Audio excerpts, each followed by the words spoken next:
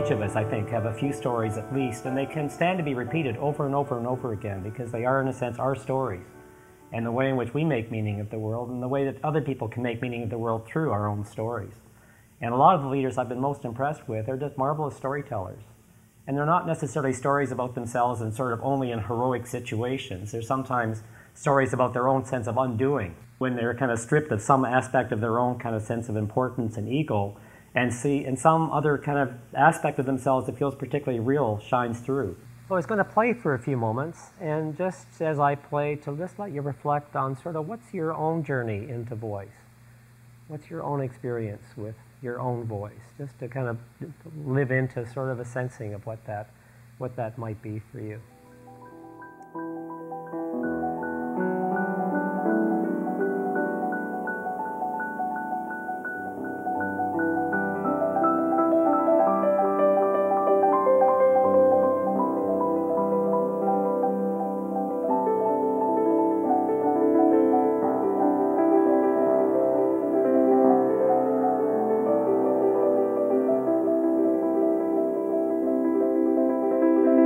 Most leaders anyway are thinking there's got to be another way. A lot of them are looking for a different language, because language does create our reality, and what we direct our language to. The boundaries of our language are the boundaries of our world. I think sometimes we're a little shy to share stories because we're not sure whether it's accurate or not. Actually, I mean, I'm not even sure if the story I tell, you might say to yourself, is true. I don't know if I remember it accurately, but I think stories work not so much through their accuracy, but through their vibrancy. I think the most effective leaders are the great storytellers. It doesn't matter whether it's true or whether it's false. Probably a story just works if it feels real, And if it feels real for us, it's that we're drawing what meaning we can from it in a way that it becomes real for us.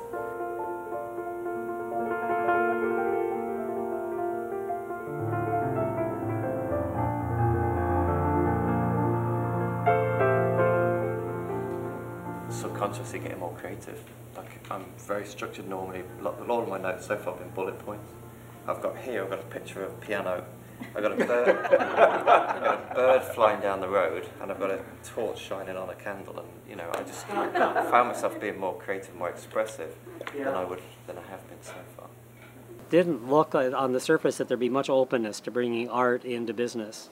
The language, the dominant metaphors come from military, come from sports, and so we had to open up a different language, and I think the arts is the language of connectedness, it's the language of relationship.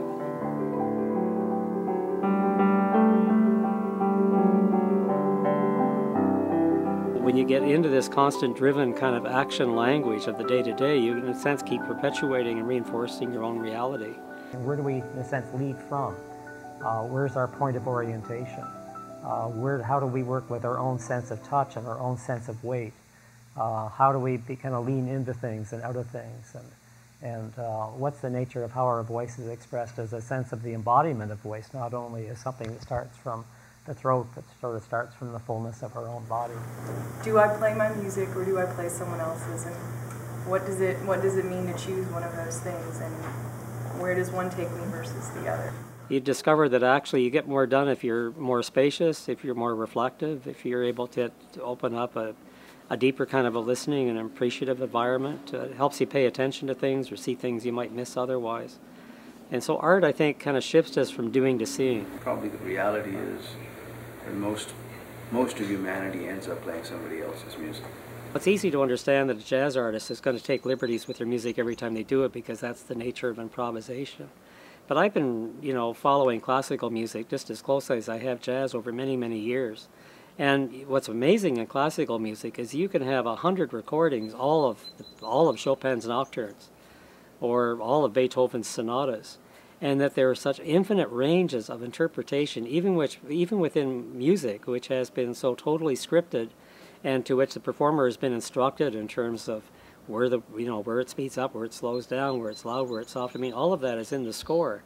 And yet within that, they are able to take tremendous liberties and do any number of different kinds of things to create a whole different nuance, a whole different interpretation, a whole different mood. So as I play, I'm going to invite you again to listen into the language of touch, just to see how, as you listen into it, or how I begin to work with that kind of almost intuitively. as I experience the range of possibilities.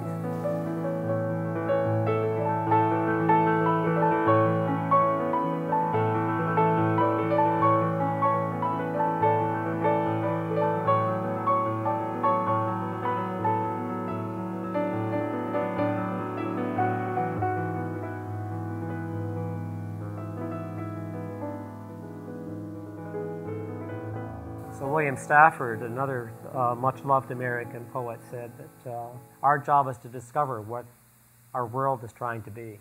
To paraphrase, our job is to discover what our life is trying to be. Kind of difficult to find your own voice in a sea of voices.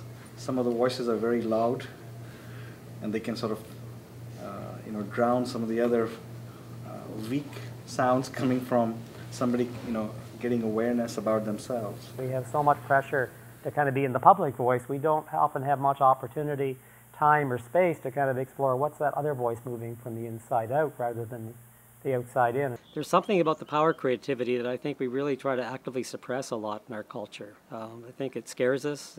The spontaneity scares us. The mystery of it scares us. The sense that it pulls us into a larger unknown is frightening for many. So I think we have, in some ways, our relationship to the creative impulse is not benign. I think it could be quite adversarial.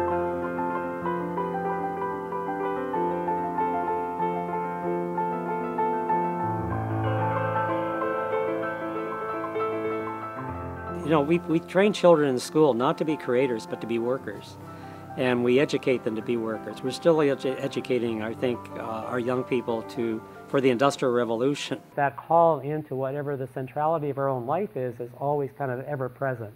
If our ears are attuned, in a sense, to hear its call when the call comes.